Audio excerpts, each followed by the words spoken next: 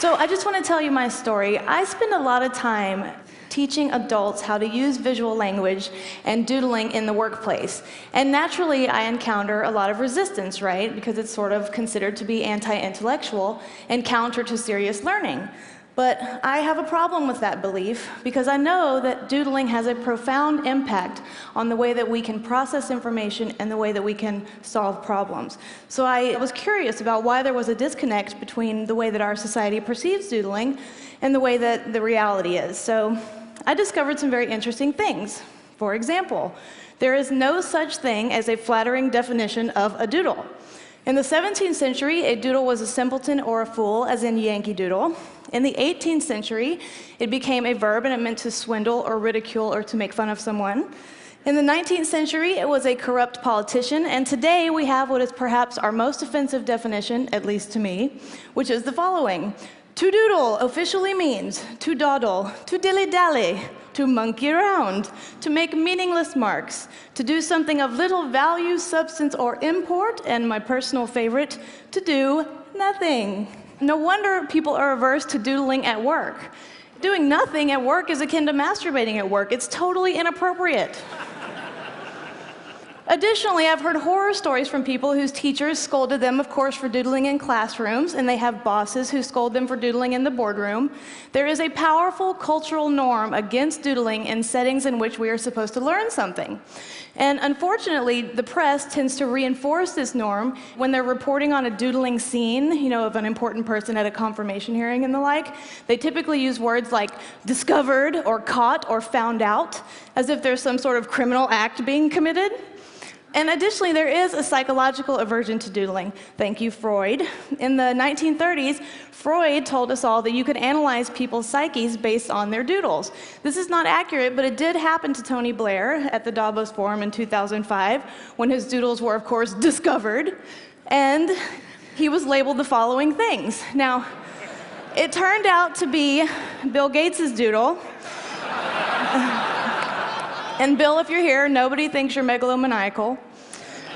But that does contribute, right, to people not wanting to share their doodles. And here is the real deal. Here's what I believe. I think that our culture is so intensely focused on verbal information that we're almost blinded to the value of doodling. And I'm not comfortable with that. And so because of that belief that I think needs to be burst, I'm here to send us all hurtling back to the truth. And here's the truth. Doodling is an incredibly powerful tool, and it is a tool that we need to remember and to relearn. So here's a new definition for doodling, and I hope there's someone in here from the Oxford English Dictionary because I want to talk to you later. Here's the real definition. Doodling is really to make spontaneous marks to help yourself think. That is why millions of people doodle. Here's another interesting truth about the doodle. People who doodle when they're exposed to verbal information retain more of that information than their non-doodling counterparts. We think doodling is something you do when you lose focus, but in reality, it is a preemptive measure to stop you from losing focus. Additionally, it has a profound effect on creative problem solving and deep information processing. There are 4 ways that learners intake information so that they can make decisions. They are visual, auditory, reading and writing, and kinesthetic. Now, in order for us to really chew on information and do something with it, we have to engage at least 2 of those modalities, or we have to engage 1 of those modalities coupled with an emotional experience. The incredible contribution of the doodle is that it engages all 4 learning modalities simultaneously with the possibility of an emotional experience. That is a pretty solid contribution for a behavior equated with doing nothing. This is so nerdy, but this made me cry when I discovered this. So they did anthropological research into the unfolding of artistic activity in children, and they found that across space and time, all children exhibit the same evolution in visual logic as they grow. In other words, they have a shared and growing complexity in visual language that happens in a predictable order. And I think that is incredible. I think that means doodling is native to us, and we simply are denying ourselves that instinct. And finally, a lot of people aren't privy to this, but the doodle is a precursor to some of our greatest cultural assets. This is but one. This is Frank Gehry, the architect's precursor to the Guggenheim in Abu Dhabi. So here's my point.